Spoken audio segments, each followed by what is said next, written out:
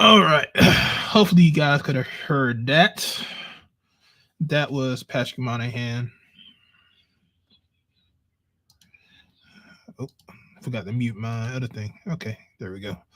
Yeah, hopefully you guys could have heard that. That was Patrick Monahan talking. Y'all couldn't hear it? No sound? Ah, great. Let me play it again. I could have sworn I hit the sound, but probably didn't. Share. Share this. Hit the sound. I'm gonna go back up here. Report in the Nation, and this is what he writes. Can you hear it now? Quote, the implicit point is that Negroes tolerate promiscuity, illegitimacy, one-parent families, welfare dependency, and everything else that is supposed to follow. Now, that's the criticism he makes of your report. Now, how do you answer those charges? I can't. I'm not responsible for the fact that he can't read. As E. Franklin Frazier said, and I quoted from him at some length, there is a lot of evidence that the Negro middle-class family, when it gets its opportunity, gets a bearing, is, if anything, more stern, more rigid than most. But the evidence is simply clear. Negro Americans live like any other Americans, and when they're forced into the ghetto and forced into disorganization, they have no more better protection than anyone else. I'd like to ask one specific question, which the New York Times quotes you today as saying. You say that 44% of the children in Harlem are illegitimate. Now, how do you know that? Those are statistics in the New York City Department of Health, sir. 10 health districts in central Harlem, the area which the great American sociologist Kenneth Clark described in his Harlem report as having undergone a massive deterioration of the fabric of society and its institutions, and right under our prosperous noses that happened. That hasn't existed for 50 years. That's happened in the last 15 years in this America, and we've been sitting around thinking things have been getting better, and they haven't been getting better for those children. And I think I, for one, if you see what people can face for the civil rights movement in the way of sheriffs, in the way of howling mobs, in the way of the disapproval of their entire society, well, I think I would hope certainly I'm willing to face the disapproval of a few white liberals from Boston who think I shouldn't raise the subject because it's impolite. Mr. Novak. Mr. Moynihan, in your report you say, quote, equality of opportunity almost ensures inequality of results, unquote. Are you proposing preferential treatment on the hiring of Negroes? I believe this country owes the American Negro his back wages, yes. Should the federal government support preferential treatment for Negroes then? I believe what President Johnson said in his Howard University speech. You cannot keep a man in chains for 3 centuries, then take the chains off and say suddenly, okay, you're free to run the race of life with anybody else. They have to be made, people have to be given the opportunity to compete with effective resources. And I believe that we should make a special effort. Okay, well, y'all heard that. Hope everybody's doing well. Everybody's doing good. That was Patrick Monahan talking. Now, this report, the chapter 1 of the Pluck of the Irish, is pretty much the first part's going to be talking about the life of Monahan, how he grew up, where he got his ideas from, basically from his childhood. And we're going to go through pretty much his life in this part of the chapter and where his ideas are coming from, what he actually really thought about when it comes to actually helping the Black community, because he really wanted to help the Black community and he really wanted to help the men of the community. And from what I highlighted some parts of this because it is a long read, this chapter. So we're going to go through some of the parts that I highlighted. Let's go ahead and share the window. All right, let's see if I can. So if you guys are following along, this is the first chapter, the Pluck of the Irish. So up here it says, although Monahan did not like to talk much about his youth, he volunteered enough information that the interviewers could put together an inspiring inspirational thought are not always wholly accurate story in their telling that it was a classic tale of the bright, engaging young men who had overcome poverty and family disruption and achieved the American dream. So basically, Monahan was poor. Um, as it says it here, his father was an alcoholic and a gambler, and he had abandoned them in 1937, went to California to remarry. So, and Pat Monahan had never seen his father. Basically, Monahan grew up in Manhattan during in Hell's Kitchen almost. I don't think he was technically in Hell's Kitchen, if I can remember correctly. I mean, he grew up there, but he didn't live there. He enrolled in ROTC, so he knew the importance of being in the military, because later on in this chapter, Monahan talked about black boys needing to be into the military. Shout out to Charles Faulkner about that and the Gray Faulkner Initiative, because he said that black boys do need to go into the military. And also the GI Bill. In later years, he often cited the GI Bill as an enlightenment example of governmental activism. Something that we talked about, the GI Bill, that not a lot of black people were giving that a lot, because yes, we do know black people who were coming back from World War II didn't usually get their GIs. This is another part that I highlighted. His family did plunge into poverty after his father abandoned them. Indeed, though Monahan had learned that his father had moved to California and remarried, he never saw him again. It was also true that Pat had shined shoes in Times Square and worked on the docks. So he was a shoe shine boy. He worked to help provide for his family and his mother. Mother had opened up a bar, and think later on. And Pat's mother was a middle-class woman that married his father, which is that's why Pat had a middle-class background. It says right here, Pat's middle-class background had given him memories and aspirations that differed greatly from those other shoe shine boys. Some of them were blacks. So he was around blacks as a child, shining shoes to help out with his family. Though Pat had to return periodically to New York to help at the bar, he finished his undergraduate coursework at Tufts and graduated cum laude in June 1948. He had entered the Fletcher School of Law and Diplomacy at Tufts, where he received his master's degree in 1949. Because they required him to take exams, Monahan had considerable freedom in setting his schedule. He also an omnivorous retentive reader. Moreover, and through his studies, his personal contacts, he learned a good deal about the British and European history, political philosophy, and socioeconomic public policies. In later years, he repeatedly advocated some of these policies, notably family allowances, which serves to cushion people, especially mothers and children, against economic necessities of life. So because of his background and how he grew up, it greatly affected his views on the policies that he was set forth. And this is what he advocated for.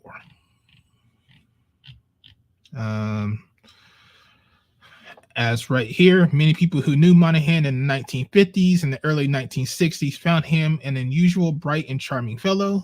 By then, he had become a sturdily built young man who was 6 feet 5 inches, towered over most people. One interview described him as an amiable, gratuitous, drink-loving, skillful teller of funny stories. Brendan Behan type of Irishman, who almost always had a smile on his rubbly map of a country Kerry face. I don't know how that is, but he was well liked amongst his peers. A well liked man, tall, 6'5", loves to drink, likes to tell funny stories, and he was well liked amongst all his peers. I'm trying to go through this quickly because there's more important stuff in the middle of this chapter. Though it was never easy to draw a straight line connecting youthful experiences of later beliefs, it is possible that the trials of past early years heightened his sense of vulnerability. The wretching times he had experienced in New York may have also made him prone to worry about that something apocalyptic would render the nations incapable of getting through the crisis. Monahan's writing betrays a fondness of overwrought language as the report of 1965. This and in his especially anguished predictions of doom during the rise of Black power in urban writing in the late 60s. Seeking socioeconomic stability, Monahan devoted a good deal of energy during his career to strengthening institutions such as families and communities afraid and ambitious government bureaucracies might intrude on families and neighborhoods with ethnic and religious minorities. So he was always talking about the minorities and how they are affected in these inner cities, which is called the urban.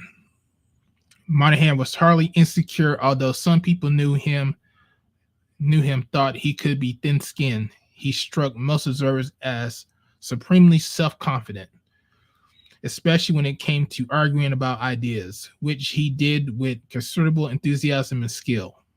It was evident, moreover, that Monahan's early and varied experience honed his street smarts. Emerging from the adolescence from large ambitions, he was always a remarkable, energetic, resourceful, and optimistic man. Skilled indeed at the game of politics at the beginning, bringing attention to himself. It is equally obvious that living in a fatherless family sharpened his sensitivity to the plight of the poor, especially single mothers and their children. Though he thought that public assistance programs were absolutely necessary, he often complained that the U.S. welfare system was illy designed, poorly funded, and stigmatizing, and argued that it badly needed reform. So he didn't like the welfare that they were having at the time either. In an interview in 1990s, he described people on welfare as recipients, paupers, and failed persons, not as clients. Dramatizing his experiences, he explained to an interviewer, "I've lived much of my life in the jungle of the broken families, watching them tear out each other's minds, watching them fest on each other's hearts." So what do we see in these areas where people are receiving welfare? You see broken homes. You see people that, like he said, they are failed people because it causes people not to work. There was one video, which I probably should have showed, where you saw a pathology of women getting welfare and just going to the office or like a store, cashing their welfare check and getting loads of money. It was pretty much paying you to fail. That's what the welfare system was doing, especially in the Black community. It was paying you to fail. It was paying you not to work, because we all know that in the Black community, if you make over a certain amount of money while on welfare, they'll cut your welfare rates down. We know that. So in order to get the most money that you possibly can get, you don't work that much. And you never claw your way out of it. And that's what he saw when he was working alongside us and living alongside us as people, is that he saw he saw how it affected us. That's just something I gotta look on Johnson's War on Poverty. For a time during the turbulent in the late 1960s and early 1970s, it had appeared to him that political polarization was tearing the country apart. He cast his lot with neoconservatives who lashed out at the ideas and activities of what was called the irresponsible liberal left.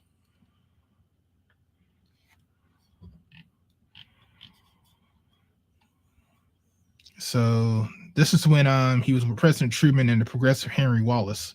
Though he came to know various socialists and Marxists while at CCNY, he especially while at LSE, he did not share their enthusiasms. He did not like the socialists. He did not like the Marxists. So even though he was a Democrat, you know, there's going to be a lot of people say that he was a socialist or Democrat or he was a crazy liberal. No, he was a man who thought for himself. He believed in the carefully crafted liberal reforms, as it says right here.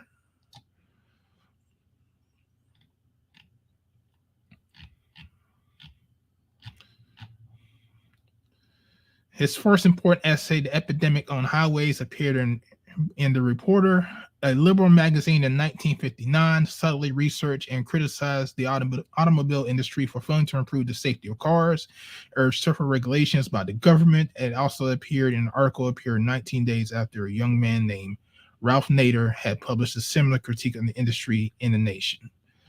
So at this point, he was also talking about auto industry. So he was for the people. Well, that's all I'm trying to highlight right here. He was for the people. He wanted the government to do right by people. That's what he wanted to do. That's what he advocated for his life, for the government to do right by the people that it was governing. Now, this is a book that he did. He wrote called Beyond the Melting Pot. It's another book I gotta get or a report. What he says, Beyond the Melting Pot was not especially flattering to the ethnic groups under consideration. Glaser chapter on blacks, for instance, included a 4-page section featuring grim statistics about out-of-wedlock pregnancy and female-headed families. That is the matriarchy. So when I get this and maybe get a PDF or maybe scan this in, I'll probably go over that too. It's called Beyond the Melting Pot.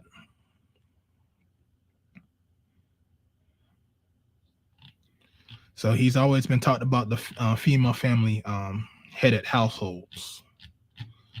We're going to go down here because this is just going down to the background. So this is going to be the meat and potatoes of this video. Within 3 months, Monahan and the staff completed their work, and their statistical laden report of 35 pages, along with 51 pages of appendices, was released on New Year's Day of 1964. Monahan, knowing his history, titled The One-Third of a Nation, thereby echoing the phrase FDR had made in a famous in 1937. In his second inaugural address, I see 1/3 of a nation ill-housed, ill-clad, and ill-nourished. The department's report emphasizes that 1/3 of all young men then turning 18 would be rejected if they were examined for induction into the armed services. Of those men who failed, about 1/2 would be rejected for medical reasons. The others will fail through the inability to qualify on the mental test, which meant that they had acquired no more than the equivalent of a 7th grade education. The report predicted that men flunked the test, especially those who had suffered from educational disadvantages.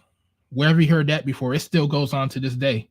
I think even Charles was saying that a lot of boys are failing these tests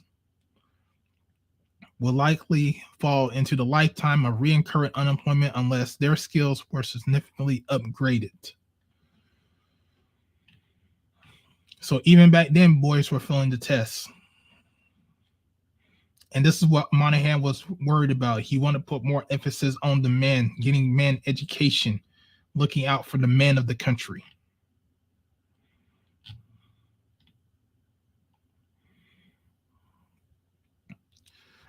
Through his findings did not surprise experts. Large percentages of the young men in the United States had always failed such tests. The hard-hitting report was none less distressing to people who read it.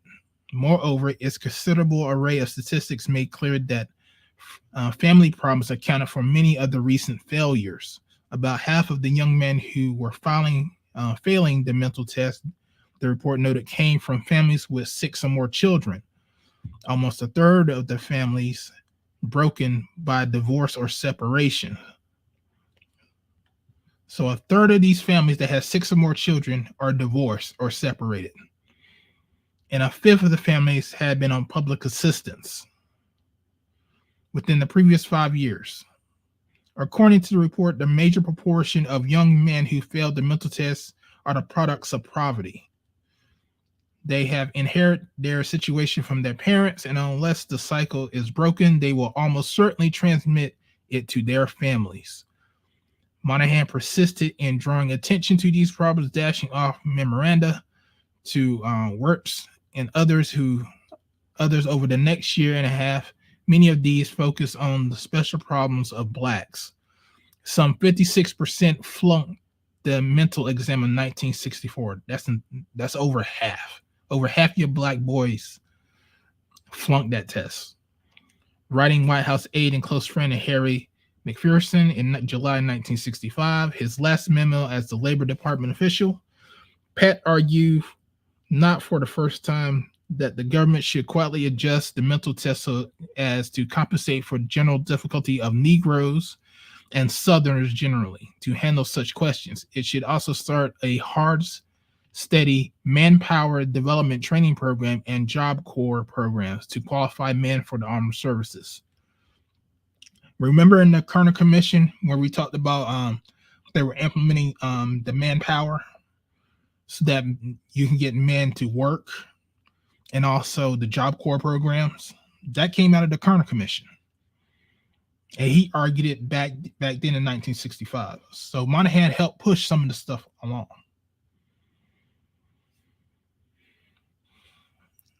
He emphasized the single most important and dramatic instance of the exclusion of Negro Americans from employment opportunities is that of the armed forces. If blacks were able to enter the services in proportion to their share population, 11.8%, he added, 100,000 fewer would be unemployed.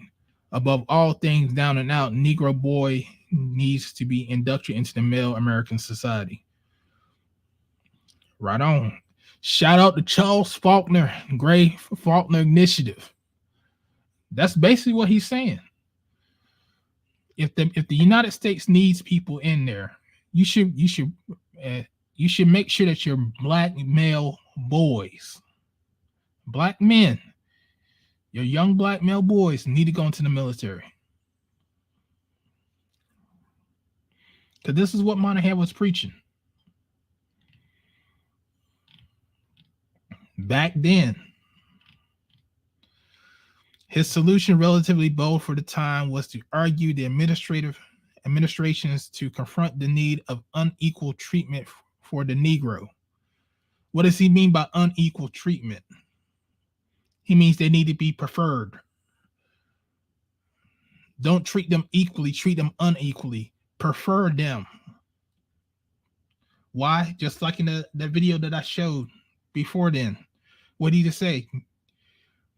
You kept him down for so long that he needs to have preferential treatment. You got to prefer him so that way that he can get a leg up in society.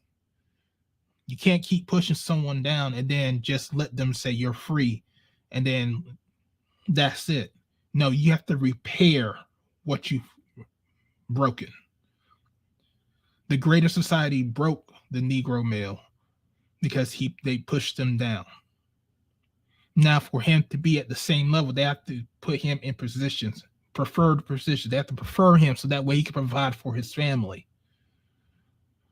This is what he's saying because he advocated for Negro males. April 1964, he stated, "We cannot avoid it." Prominent black leaders such as Martin Luther King Jr. and the National Urban League Executive Director Whitney Young, he pointed out, had already demanding such an approach. Monahan expected Johnson to balk at what in fact we call an affirmative action. This is the beginnings of affirmative action to benefit blacks. The needs of black families, Monahan told the conferences, were especially large. The problem of the Negro family was warned by scholars. It's practically the property of the American government. This is America's problem. The problems of the black man and the black family are America's property. It's theirs to own. They have to own it. I mean, we spend most of our money on this in health, in welfare, and on unemployment, and yet we know nothing about it or not much about it. And one of the reasons is that we are not supposed to know anything about it.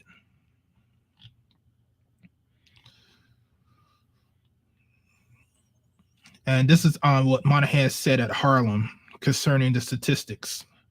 It's none of your business that 40% of the kids are illegitimate and don't, for heaven's sake, try to get it published. You can't. And if it's getting worse, that's even less of your business. All you expected to do is keep on supplying welfare. And if we could, for heaven's sake, find something besides the inheritance from slavery, which sort of leads you there, that's it. That's it. But if there is something that is new, if it's getting worse because of the reasons that are new, then there is a possibility of public policy reacting to it. What is he saying here? 40% of your kids are illegitimate. They have no fathers. 40%. And it's getting worse. And all we do is supply more welfare. And it's not doing anything, but it keeps getting worse. It just keeps getting worse. The more welfare you supply, the worse it gets. The more illegitimate children you have. And what has happened? 80% of our kids are illegitimate. I know that's not the PC thing to say, but guess what? It is what it is.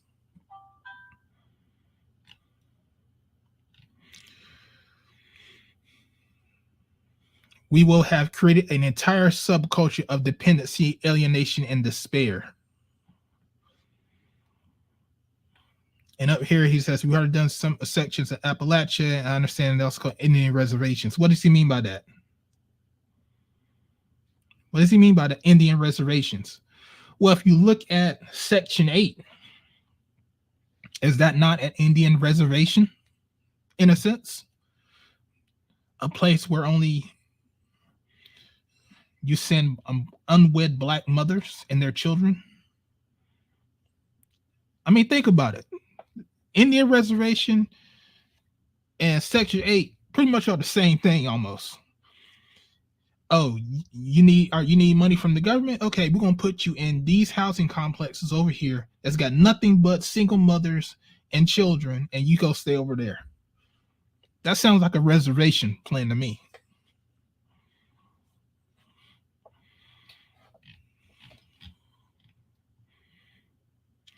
Through Monahan offered loyal support to what his party and president had accomplished, he was disappointed. As he had feared, the law was sold as a colorblind measure to help all people. What is this?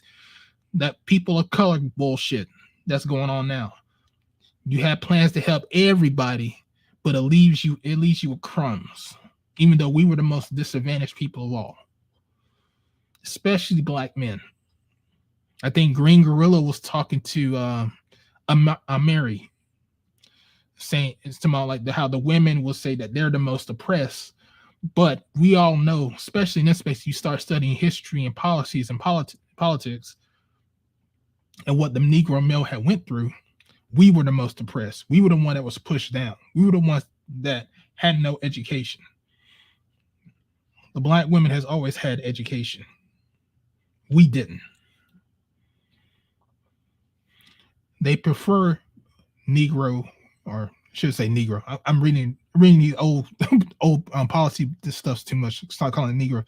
We do know that black women were more preferred to be in the workforce because they were seen as not a threat. A black man has always been seen as a threat in the workforce, which is why they were kept out.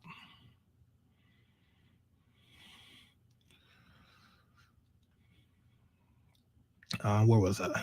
The unknown nor did Indians include department's key proposal for large-scale funding for the governmental employment programs to help adult men and thereby to sustain two-parent families. They wanted this to help families. And in this nation, in this country, if the man is supposed to take care of his family, so the governmental program should go to men, so that way they can take care of their families to sustain the two-parent structure that this country was built on.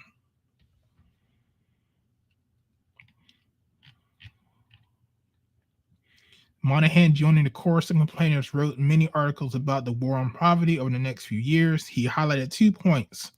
The first repeated the arguments that he had made in 1964. A struggle against poverty must above all feature public employment programs, mainly for men, without decent income for the male breadwinner. Many families would fall apart. The male breadwinner has to have a decent income to take care of his family, or else it will fall apart. The second emphasized that the professionalism of reform, which had seemed so promising during the economic policies of the Kennedy years, had misfired when aimed at poverty. Monahan complained especially that the intellectual leaders of the social welfare profession, people who have failed to understand that the poor needed money most of all, had overtaken the planning process to insert the notion of community action into the legislation. And so doing, he added, the intellectuals had tended to downplay the economic needs of the poor people, driven the war into political hot water, and sunk all the chances of winning it. So they sunk all their money into the war. An historic opportunity to combat poverty, promising because of the political strength of liberals at the time, had been fretted away. So because of the war, a lot of the power that liberals who were trying to combat poverty at the time faded.